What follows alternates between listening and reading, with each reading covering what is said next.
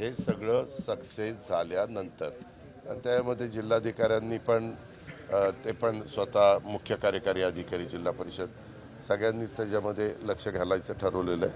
म्हणून आजची त्याबद्दलची महत्त्वाची मीटिंग आज मी लावलेली होती आणि त्याला जोडून शहरामध्ये काही माडाच्या सोसायट्या आहेत त्याच्यामध्ये रिडेव्हलपमेंटच्या करता काही प्रपोजल आलेली आहेत. पण त्याच्यात कॉर्पोरेशन माडा म्हणजे PMC माडा आणि तिथले स्थानिक लोकप्रतिनिधी ह्या सगळ्यांनाच इन्व्हॉल्व केल्याशिवाय ते प्रोजेक्ट पुढे जात नाही. काही ठिकाणी म्हाडाच्या सोसायट्यामधली घरं इतकी दयनीय झालेली आहेत की कधी काही तिथं घडेल सांगता येत नाही. त्याच्याहीबद्दल त्याच्यात आम्हाला म्हाडाची मदत लागणार आहे, त्याच्यात आम्हाला PMCची मदत लागणार आहे, तिथल्या लोकप्रतिनिधींची मदत लागणार आहे. तर हे सगळे प्रोजेक्ट पुढे जायला मदत होणार आहे. दुसरं आपल्याला सगळ्यांना माहिती आहे की UCIची मीटिंग ह्याच्यामध्ये रवांडा म्हणून आहे तिथं झाली आणि तिथं पुणे सायकल स्पर्धा यास मान्यता मिळालेली आहे. त्या UCIच्या मीटिंगमध्ये ह्या स्पर्धेला मान्यता मिळणं गरजेचं होतं. आता आंतरराष्ट्रीय सायकल स्पर्धा असेल म्हणजे पुण्याची आणि सोबत ऑलिम्पिक क्वालिफायर स्पर्धा देखील त्याच्यामध्ये असेल.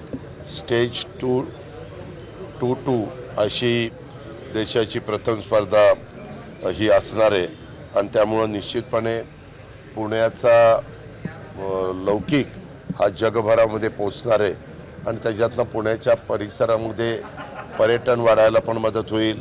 पुण्याचा ग्रामीण भाग पण ह्या निमित्तानं सगळ्यांना पाहता येईल. तो रूट पण आपण फायनल केलेला आहे. मागं तुम्हाला त्याबद्दलचं सांगितलेलं होतं. परंतु हे मात्र गरजेचं होतं. UCIची मीटिंग ही रवांडामध्ये झाली. तिथं आपल्याला मान्यता पुण्याच्या सायकल स्पर्धेला मिळणं अत्यंत गरजेचं होतं. ती आता मिळालेली असल्यामुळं आपल्याला जे साध्य करायचं होतं ते साध्य व्हायला मदत झाली.